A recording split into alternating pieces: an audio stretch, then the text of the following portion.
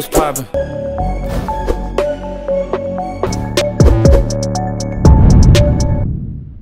Yup, what's good, my people? You welcome. This is OneplayAfrica, and here on this show we decode the culture. Of course, the name of the show is Decoding the Culture, and as you can see, there's a pretty beautiful, gorgeous, stunning goddess, you know, in the studio with us today. She's a musician. I'm gonna leave it for her to introduce herself, and she'll tell us a little bit about herself. So, Dede, you're welcome to the show. This is OneplayAfrica. Welcome to the studios. Yep. Okay, well, thank you guys so much for having me here. I'm really grateful for the opportunity to just speak about myself and just share my music with you guys. My name is Dede Speaks. I am an artist. When I say artist, I'll say I'm a songwriter, a singer, and also a rapper. And yeah, I just like music, so I work in the music space. I also write for Imala, and I also curate playlists for Gym Pot, so I feel like I'm well-rounded in the music space. That's nice. How long have you been doing this for? Music. I would say my official journey started in like 2018 with my first release, which was Kweku, and it was more spoken word than anything. So it was like spokezik. So it was like spoken word mixed with music. Yeah. Kweku. Yeah, Kweku. Okay. What was it about? What was the song about? Okay, so Kweku was a piece that tackled domestic violence. So the whole inspiration was providing Ghanaians with a new perspective on domestic violence, with the hopes that people will start talking about domestic violence. I think I was able to get some people engaged in the conversation. It wasn't as big as I wanted, but definitely it's a work that I'm proud of, and it's still there. So regardless of how many people listen to it then, it's still gonna build traction. And even if you listen to it today, you're gonna be like, okay. All right. So when it comes to domestic violence, people putting a topic like that on a song, most of the times it is when, you know, it's a difficult topic to touch on, right? Yeah. So most of the times I feel like it, when people have experiences, you know, about the domestic violence, that's when they get an inspiration, you feel me, to put that message out on a song or wherever it is wherever they want to put it. Have you had an experience like that before? No, but I was fortunate enough to work with survivors of domestic violence and sexual assault and sexual abuse, and that's where the inspiration came from.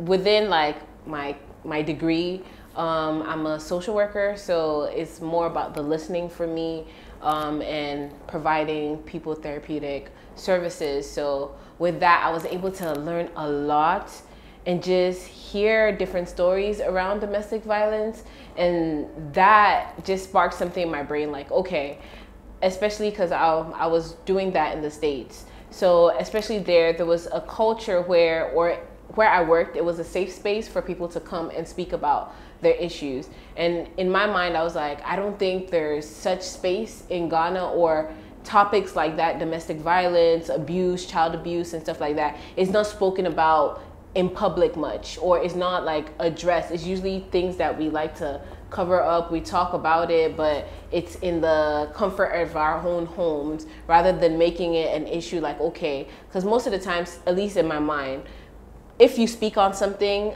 publicly, you're bringing awareness to it. And that's how other people can find, like, okay, so you've been through this, I've been through this, and then we can build like commonality and stuff like that. So it's through that work that I was inspired to create Kweku. Nice. And within that period when you dropped the song, did you have people coming to you personally through your DMs, or just, I mean, directly to you that, yo, this is the experience that I went through, I'm gonna need you to, you know, hold me down this level and that level? Did you have any experience like that? No, but I had people reach out, like they really liked the piece because they could identify with certain like parts of it, because it was written from the perspective of like a woman basically in the relationship, and she realizes that I'm in a domestic violence relationship, yet I still love the person.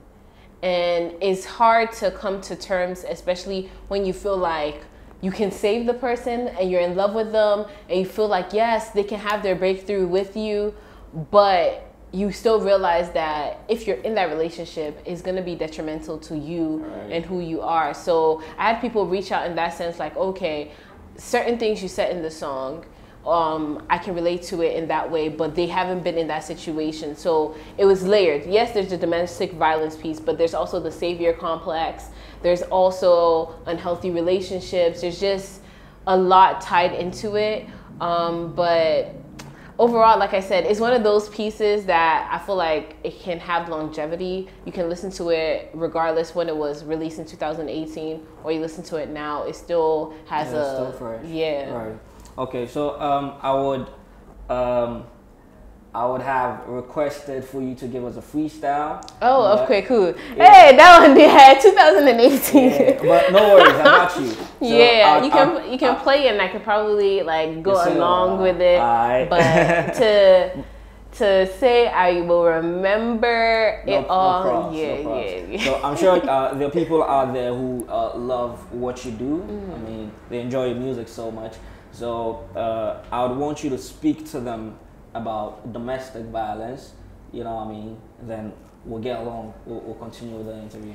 Okay, so domestic violence is always a very touchy issue, but make sure that if you find yourself in that situation, you always want to seek for your clarification of self and understanding, okay, what am I going through? Because I think at times people tend to put certain things on us, but it always starts with self, understanding the situation you're in and making sure that you're seeking help. And then also when people come to you and like, okay, this is what we've seen, being open to understanding why people are saying what they're saying to you and trying to help you. So always realize that you're loved, you are who you are, and you can never save anybody. You can only save yourself. All right. So you can always save yourself, and there are lots of people out there who face, I mean, domestic violence almost every day, and they are very scared, you know, to come out and speak about them. Do not be scared, man. Dede Speaks got you. Anyway, so you have a new EP out. Yes. Okay, we're gonna talk about your EP, but aside music and writing and these things that you do, what other things do interest you if you're not doing music or writing? What are your other, you know, the other side of you that I mean everybody can vibe to? Oh, my bed. I like being in my bed, Netflix so and we chill. can all join her on her bed. I know. But definitely, I like watching Netflix. I like watching YouTube. I have like specific shows and things that interest me. I like shows that are people-centered and like story-centered.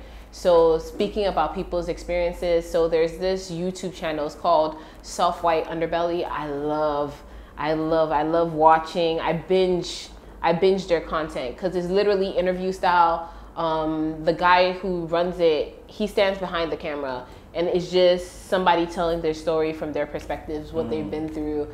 And it's just very raw, uncut, unfiltered. And you start to see that people are actually really going through a lot of things.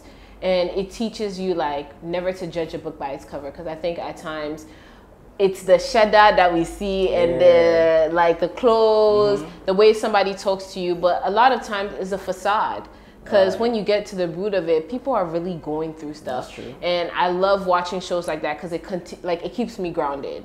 And then I also watch I Am a Killer on Netflix and like shows like that. I like crime oriented. Like I said, it gives you, I like understanding people and seeing different perspectives of how people become the way they are and like what contributes to that. So all these things that you like, how has it influenced your music?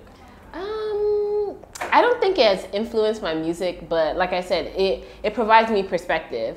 Because with my music, it's more about the beat to me and what the beat gives me. So like when my producer Shoes sends me music or sends me beats, I listen to it for the vibe that I'm getting and what like is speaking to me from the beat, and then from there I kind of work on that. We're gonna get there. We're gonna get there. Let's talk about your EP now. You have a new EP out. Yes. Yeah. All right. Yes. You want to talk about the EP? What's the title? So the title of the EP is called Tribal Marks. It is available on all streaming platforms. All right. So. On all streaming platforms, Tribal Mark. I'm sure you're expecting this question, which I'm going to ask, obviously. Yeah, is it about me having tribal marks or no, not having? You okay. don't have tribal. Yeah, I do. You've got dimples. One pull. One dimple. Only one. All right. So, why Tribal Marks? I chose the title Tribal Marks because for me, like going through the process, it was all about identity, like trying to find myself, understanding who I am and stuff like that. And when you think about tribal marks or you see somebody with a tribal marks, it tells you a little bit about the person. So you can say that, okay, this person is associated with this tribe based on the tribal mark they have, or sometimes they have the tribal marks for a specific reason. You can figure it out. So for me, it was about identity and trying to find a title that fit. And for me, the words tribal marks just seemed to make sense with where I was going. All right, so it fits with your identity. Not with my identity, but it fits with the theme identity. Okay.